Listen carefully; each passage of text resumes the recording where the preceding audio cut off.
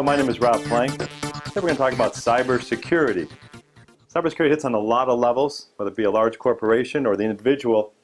In today's presentation, we're going to talk about the individual. We've all heard the stories on the news about companies like Target, Home Depot, Jimmy John's. Sony was very popular, unfortunately, when they got hacked because of the movie The Interview. Apple as well. Again, cyber hacking hits on a lot of levels. What we want to focus on today is the level that the individual user will experience and how they can protect themselves so they don't get hacked and have situations where their computers are compromised. I'm going to go ahead and lose the glasses and my favorite pocket protector. Talk about myself, begin with, and we'll go back from there and understand my background so we know what we're talking about.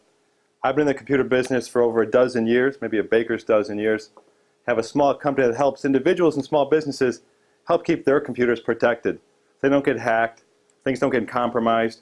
At an individual level, you're concerned about your social security numbers, losing personal information.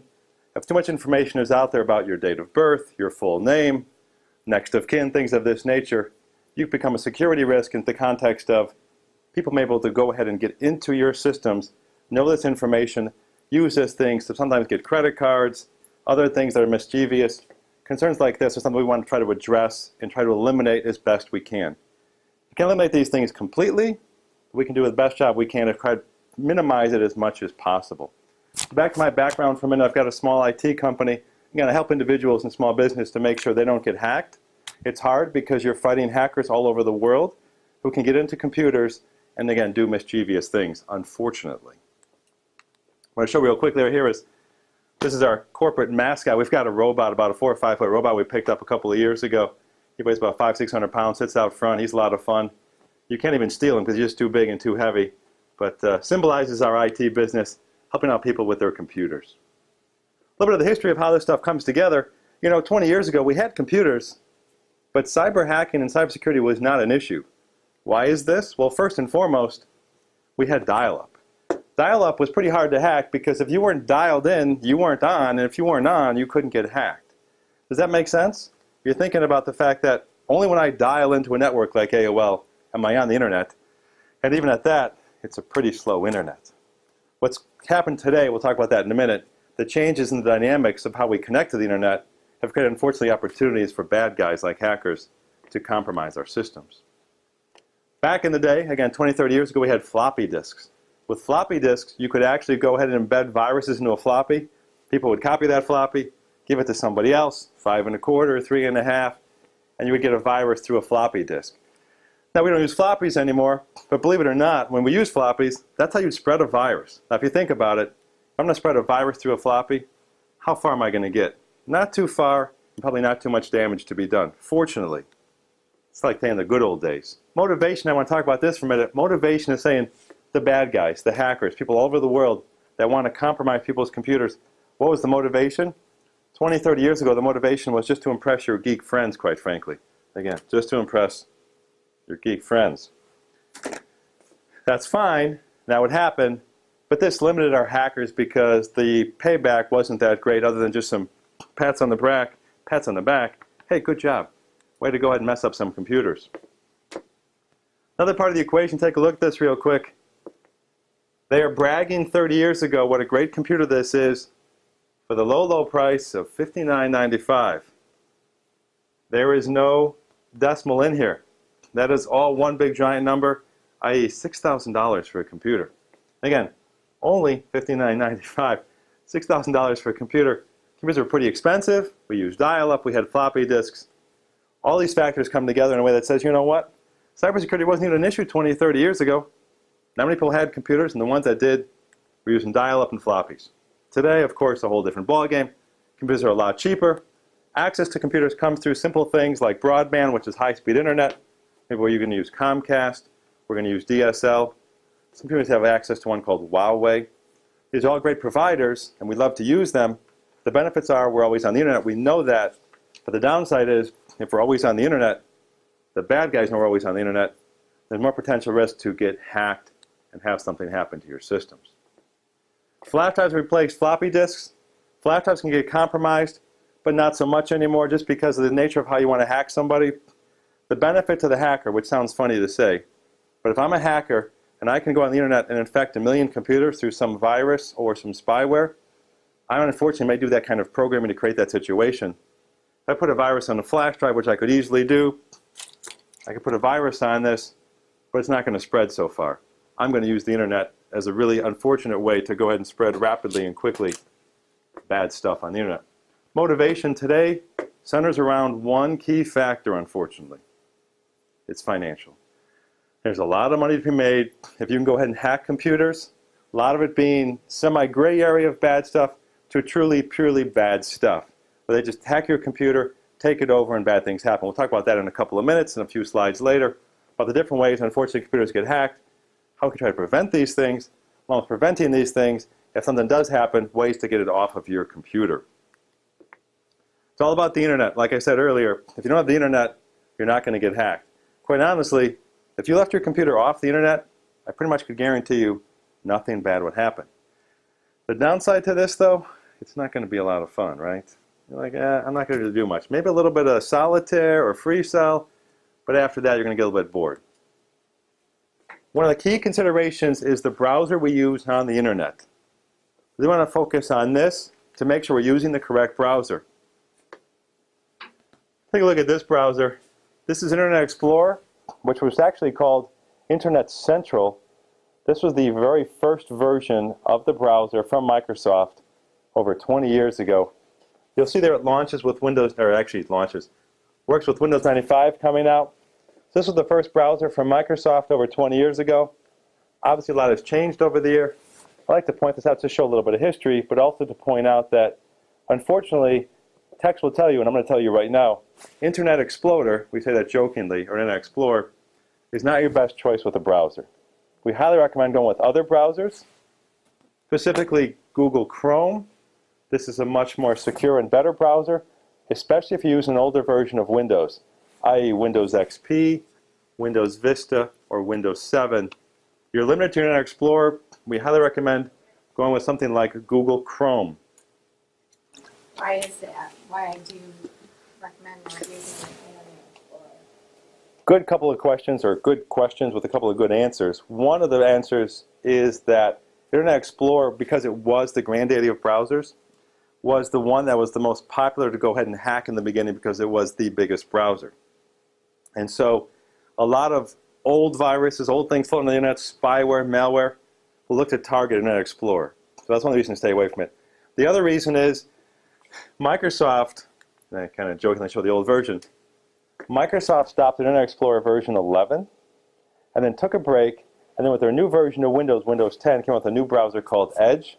They put all their resources into the new browser with the most recent version of Windows. But most people, if they don't have Windows 10, have an older operating system, not in a bad way. Therefore, they have an older browser, not this old, this is a joke, but they have an older version of the browser which is more likely to be compromised because Microsoft isn't working to keep it up to date.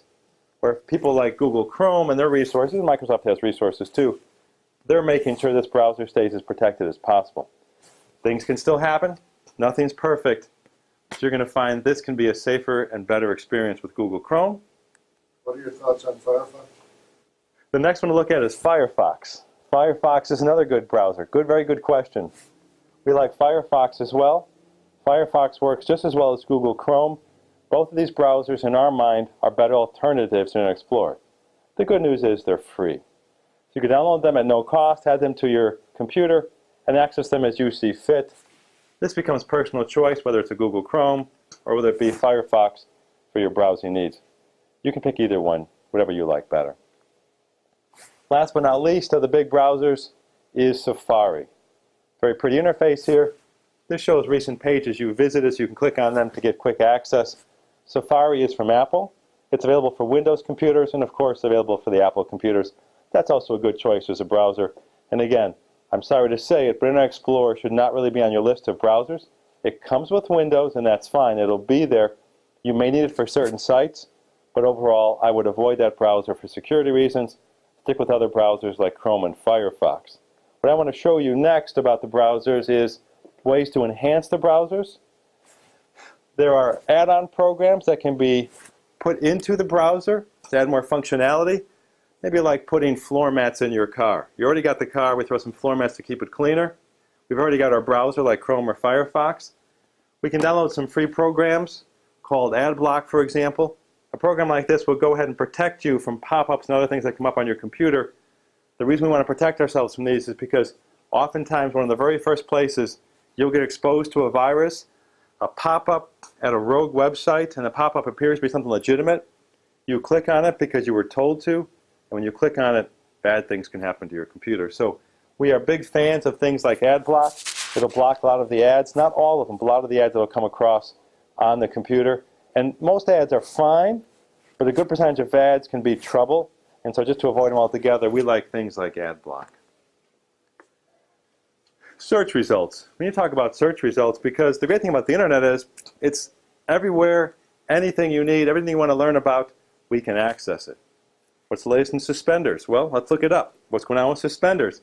When I look up suspenders, I get this list of results. That could be fine, but potentially hackers know to get their search results in the list somewhere. Hope you'll click on it. You'll end up at a bad website. I tell the story. I was looking for a custom sweatshirt, a picture of my boys on it, looking online, typed custom sweatshirt, looked at the results, clicked on the third or fourth one down the list, and as soon as I clicked on it, I knew it was trouble. You could tell the way the site came up, something wasn't right, bad things were going to happen. I quickly closed the browser, started over, made sure nothing was going to happen to my computer. But the bad news is, not to scare us, but hackers know their goal is to go ahead and try to get into the search results if they can, so that when you're looking to say never put a sock in a toaster, never put jam in a toaster, you may find that one of the search results ends up being a bad website. You have to really be careful when you go to a website.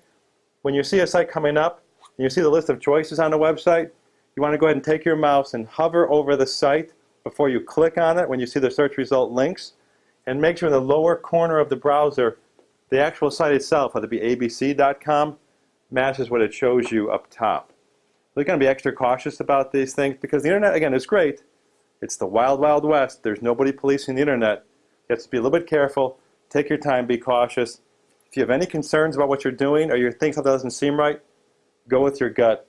Back out of it. You can always circle back around to it later. Email. Email is another way to get hacked. This is very, very popular. The story goes that one of the key ways they got into Sony and caused problems with Sony about a year or two ago was through email. Be very, very careful with email. Oftentimes what the hackers will look to do is go ahead and expose your computer through an email that appears to be legitimate but actually isn't. This is my company and our company email right here. And you can see this actually works out to our benefit. These first two emails on this list are actually viruses. You see the paperclip, which tells me there's an attachment to those emails. The paperclip is the virus itself, not the paperclip itself. The symbol of the paperclip means it's an attachment you can download. You can open it up, and as soon as you do, bad stuff will happen.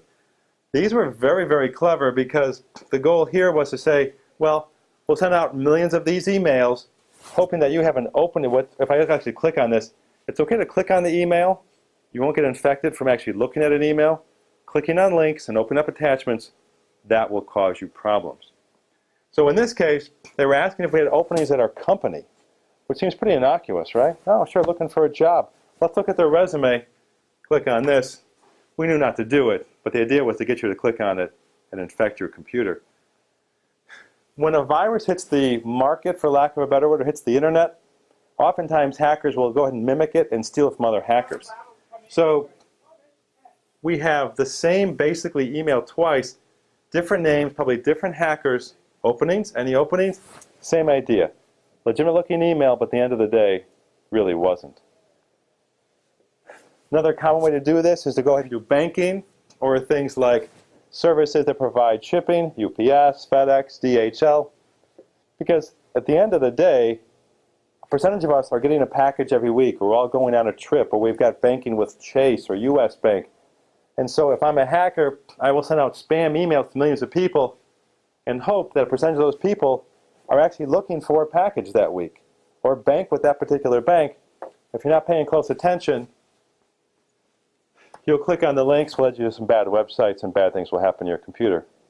Clues on these kind of things, if you look at it close, it says, "Dear customer." It's a generic, it goes out to millions of people, and so they have to be generic about their attachments and what they do. But the idea is there is an attachment here. They want you to open up the attachment and it'll bring a virus onto your computer.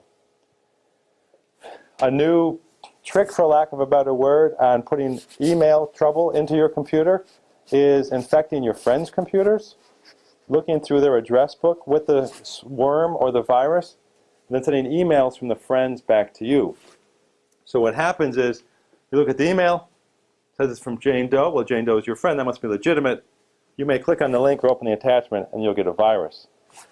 What happens is, same idea, because they don't know who it's going to, they'll be generic in the way they'll word it. You know, dear so-and-so, dear customer. They won't even say anything. They'll say, hey, friend, how you doing, right? Click here for this great link I want to show you. Use common sense. Think about it. Be cautious. If you're not sure, reply back to the email. Just say, Jane, did you send this to me? Is this legitimate? Or call them, of course, as well. But you want to really go slow and look closely before you actually look and actually click on things like emails, because it is a real hotbed for places to still happen with viruses, spyware, malware to get into your computer. Here's an example of a customer we had that unfortunately got infected with a Cryptolocker virus. So they had clicked on an email they shouldn't have clicked on. When they clicked on the email, their computer became infected and unfortunately took over all their files on their computer. What's a Cryptolocker?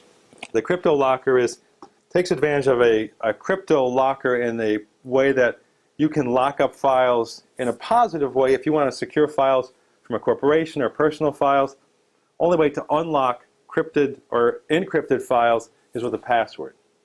So you could have pictures, Word documents, things of this nature, and those files, this is kind of hard to read, but your documents, all your documents, photos, and databases, other important files have been encrypted with the strongest encryption. They've done this intentionally and sadly in a way to go ahead and force you to pay ransom to get your files back. If you don't pay them it's $300, $500, they won't give you the key to unlock the files. And so this can be real trouble. Most of these actually lock your files and you're in a bad spot. Some of them are a trick. They actually haven't locked your files, but hope you'll still pay the money. People that have paid the money, believe it or not, have actually gotten their files back, surprisingly. Because if you're the bad guy, I'm not sure what your motivation is other than just give me money. Sadly, again, this is truly ransomware. The idea here is to go ahead and lock up your files, stuff that you care about, and basically say, you want the password to get these back? Give me $500. It's really unfortunate. Is there a third party that, like the police of some sort? That's a great question. There are some companies out there that I know are working to go ahead and create databases of the passwords to these encrypted files. And so you can do a search for, say, remove encryption from my files. Look at the website links themselves. The federal government is working with some larger security companies. I like to show this little slide here. Everybody see what this is? Can we see what's at the bottom of the screen? Right? What is it? Yep. It's an Apple computer. Hard to believe, but Apples can get infected as well. Apples are more secure computers than Windows-based computers. Apple controls the hardware and the software, so they can make it nice and tight. It's built on a Unix environment. It makes for a secure situation, but you're not immune. If you've got an Apple, you can't go haphazardly across the internet because you still may end up with a virus like this one right here is. We've done an Avast scan on this computer. All this list results here are viruses that can be removed from this Apple computer. And so Apples are more secure, but if you have an Apple, be aware you can still get hacked. Less likely, but it can still happen. How to prevent hacking and how to keep things from happening, as well as prevent, or I should say, how to help if something does happen to your computer. Antivirus software is the first line of defense. There's good programs out there. We'll talk about those in a minute. But I think you need to be aware of antivirus software can help, but it can't 100% protect you. So just like with an Apple where it's better but not perfect, if you've got the best antivirus software on your computer, you still can't run shop through the internet and expect nothing bad to happen. You need to go ahead and still be cautious and be careful. It helps, but it's truly not foolproof. Like I mentioned earlier, when you're surfing the internet and you do a search for whatever you want to search for, we're going to do a search on suspenders. We see our search results. Look closely at the results before you actually click on something, okay? Be very slow and cautious because the bad guys and hackers know if I can embed things in the search results, I can get to people's computers and unfortunately create a virus on your computer. The most common way to get a virus through a search, everyone take a guess, the most common search results used? It's a generic kind of category because it's something that everybody in the world does, right? Hollywood, actors and actresses. The most common way now to pick up a virus, not that there's not a million ways, searching for suspenders, searching for baseball, but now because male or female, young and old, people do searches for celebrities, the most common search results to get hacked are celebrity searches. If you do a search on Tom Hanks, potentially, love Tom Hanks, but potentially in the search results you come up with, one of those top 10 results could be a virus. So be careful when you're looking through search results. So check your browser links closely. This gets a little bit technical, but one of the things you can do to prevent stuff from getting onto your computer by going to bad websites is what's called changing your DNS. Again, a little bit technical, but if you want, you can actually put some numbers into your computer to replace the numbers that are in the computer, which basically this company, OpenDSX, the name of the company, they can go ahead, and here's the numbers, 208, 67, 220, 222. With these numbers put into a situation on your computer, you basically go into the network settings and the adapter, and you add these two numbers, and basically all of your traffic gets filtered through this company, and these two particular hosts, which are actually other computers on the network, when you get to these particular cases, what happens is they have a database of 60 million websites, good and bad. And if they know a site is blacklisted, if you go through them, those sites will not come up on your computer. This isn't perfect because people are making bad sites every day, but these settings in your computer, your specific one-to-one computer, can go ahead and eliminate some, but not all, of the bad stuff they can get on your computer. Are they a charity? I mean, what do they gain out of that? They'll do a lot of things. It's the classic case of they give the basic stuff away for free, but if you want a higher package, you'll go ahead and pay more for the higher package.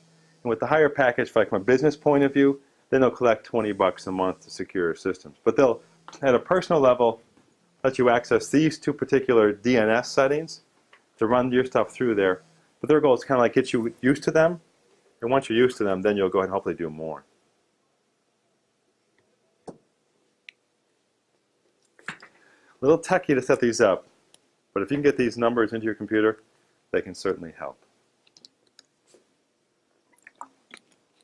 So I want to talk about a little bit controversial, not terribly controversial, is passwords, right? We all know the rule of thumb, make your passwords long, hard to figure out, things of that nature.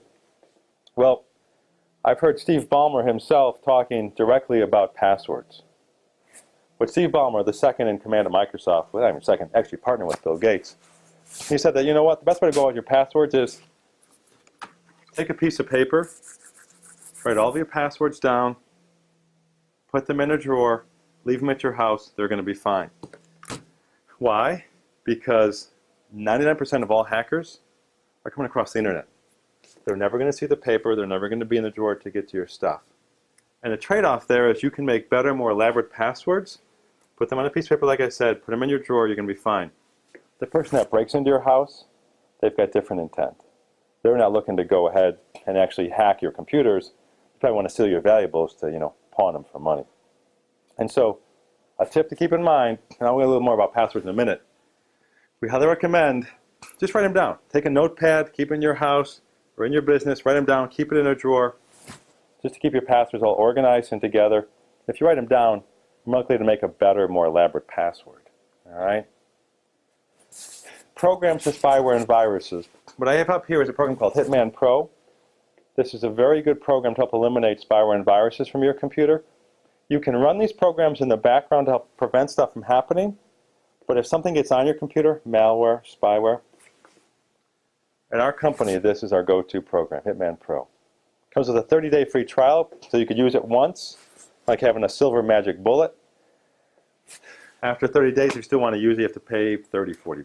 Doesn't break the bank. We don't get a commission for this. These are just known good programs. Another one is Malwarebytes. Very good program. It's been around a long time. Same idea. Put it on your computer. It's a nice free version. Helps protect your computer. Nothing's perfect. Helps protect it. If also you get infected, you can run this to go ahead and eliminate the spyware and viruses. Not always, but sometimes get the spyware and viruses out. ADW Cleaner, a nice program out of France. Idea is, again, it cleans up spyware and viruses on your computer. The free version is good. The paid version a little bit better. But all these are programs that have a free version and a paid version. But if you get infected, you want to help prevent infections, today these are the go-to programs. Now what's interesting about this is, a year ago, may have given you a different answer, and unfortunately a year from now I might give you a different answer again. Because some of these programs get, let's say, fat and happy and don't update how they're supposed to on a regular basis. Right now, as we speak today, these are fantastic programs to help keep your computer clean or clean it out if it gets infected. Okay? We call these more spyware programs. Actual antivirus programs, coincidence, they all begin with A, like AAA plumbing. I'm suspicious about this. But truly and sincerely, Avast, AVG, and Avira are very, very good programs. Plenty of other good ones out there. Kaspersky, Norton. Question? How do you, if you don't want or aren't a geek, how do you keep track of who's current so that you don't buy what Right. was good a while ago? A year or two ago. Exactly right. McAfee's not that good, by the way, but you ask a great question. The best way to go about it is try to read some reviews online or try to ask your geek friends on an annual basis, honestly. Because you're right. It's hard to say, well, it was good this year, why is it not so good next year? It happens. They change. Yeah, it's hard to keep that straight. You're absolutely right. Try to read some reviews on an annual basis and try to ask your geek friends if you can. That's a really good question. There's some fun websites out there that you can actually test your password strength to make sure you have a good password. I like to pass along one little tip, if I will, about how to work with passwords on a computer. Let's say your password is John123. If I put John123 as my password with a capital J, that's a pretty good password. Here's a simple trick to make a good password, a really good password. Type John, J-O-H-N on your keyboard, but rather than 123, I'll tell you my your year of birth, 1952. Numbers are good, but better than numbers are symbols. All you have to do, hold the Shift key down on your computer. Now type 1952. You're not typing 1952 anymore. You're typing exclamation point, ampersand, right bracket. You've changed the complexity of your password 2 levels by holding down the Shift key.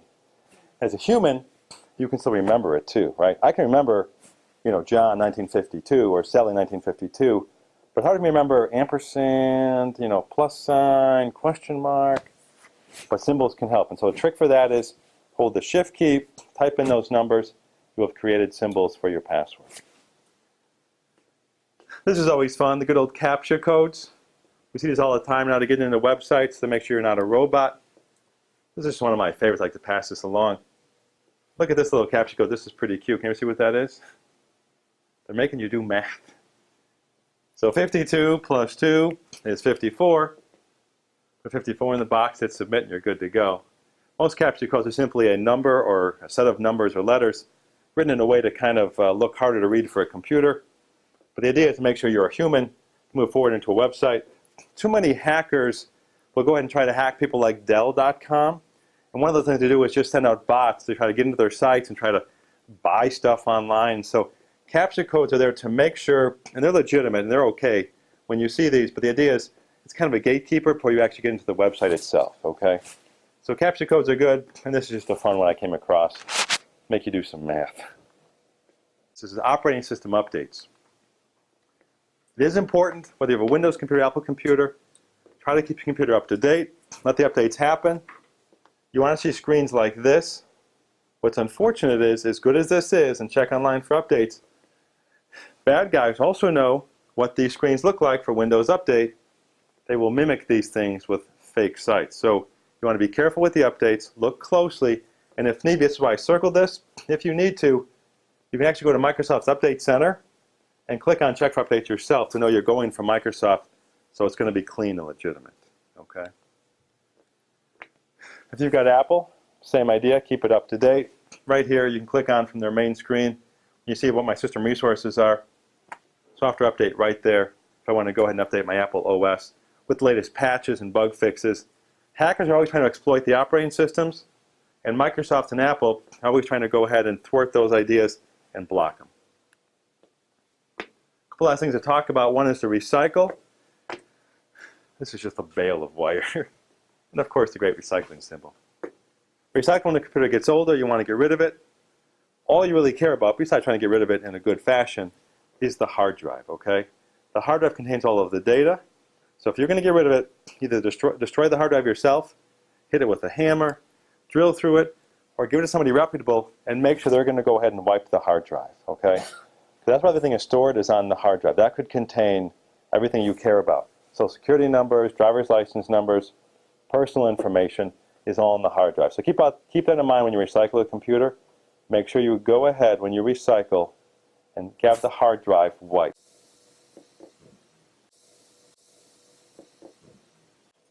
How do you change from Internet Explorer to, say, like Google? Chrome or Firefox? Really good question. So, somewhat ironically, you've got to go to Internet Explorer first and simply do a search from their site or in their browser to search for Google Chrome, and then carefully look at the search results and then look for the one that has the link that says google.com/Chrome. You'll click on that. You want to say, do you want to install this program? You'll click on yes. It'll install in about 90 seconds. And now one of your icons on your desktop will be Chrome along with Internet Explorer. So use the Internet Explorer, type in Google Chrome, or say download Google Chrome. Search results, you'll see it right near the top. Click on it. So do you want to download this? Say yes. It'll download by itself in about 90 seconds. You'll have the Google Chrome browser, or Firefox, the same thing. There'll be a new icon on your desktop. And then can somebody with an Apple computer, when they're sending an email with the, that little clip, Mhm. can I The get attachment? the virus from that? Another really good question. You certainly can. Viruses don't discriminate, but a lot of viruses are written specifically for Chrome, or excuse me, for Windows or for Apple. But you're right. The person with the Apple could just be a pass-through. The virus could have hit somebody else, forwarded to them, they forwarded it to you, but they might have gotten the virus, they may not get it themselves. They may not have clicked on the attachment. Right. So again, unfortunately, you have to be really, really careful out there. You have to be really, So really it's careful. You need to be careful about anything you open that somebody sends you. Right? Exactly. Right. Just, So how do you check it out if it's good or bad? you know, there's no hard and fast rules. And if there was, the hackers would make new rules. It's a lot of common sense. It's a lot of your gut, you know. You've got a friend who sends you emails once in a while. Look close at the email before you actually open it, or open the attachment more specifically. Sometimes you know how your friends, you know, how their prose is, how they write to you, what they would say. It doesn't seem right. Unfortunately, you have to suspect the worst until you know for sure. And again, email them back and say, was this legitimate? Yeah. Really good questions.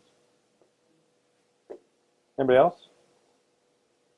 I have a question, I'm not sure it is tangential enough to fit. Mm-hmm. Is that my local newspaper talked about, it was an answer column, you send your problem. And this woman, her husband died, Mhm. but he never wrote down, like you said, the Passwords. not just to get into the computer, Yeah. but also his other his Like banks banking and what websites. have Mhm. you. And so the more I've looked at computers, there are fewer and fewer places to put a disk, a flash drive, Right, or right. anything in. And if many of them are going to a fingerprint or Excuse me. eye thing, how does one do that? Because it shuts down like a clam, and even if you are the executor with Right. Administrative rights, yeah, and executive for the then how account, do yeah. And where do you find somebody you go to?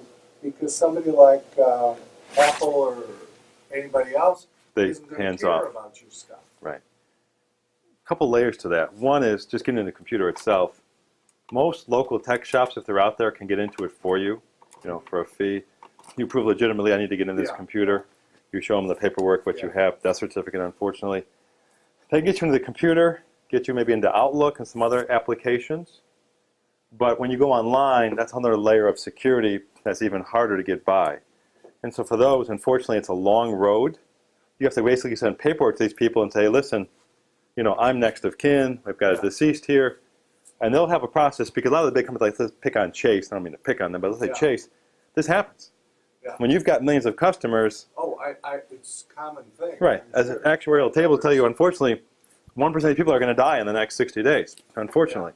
And so they've got a process for this where you can go ahead and get back into the sites, but it's going to take time. You have to just be slow and prepared for months of back and forth. And I get it too, because of course, again, a hacker could do the same thing and pretend to be like, well, yeah, somebody passed away. We have their banking information. Well, they're going to go slow on purpose. Yeah, I mean, that part I understand, Yeah, because they don't want to give people the money that they don't intend to without knowing one way or the other.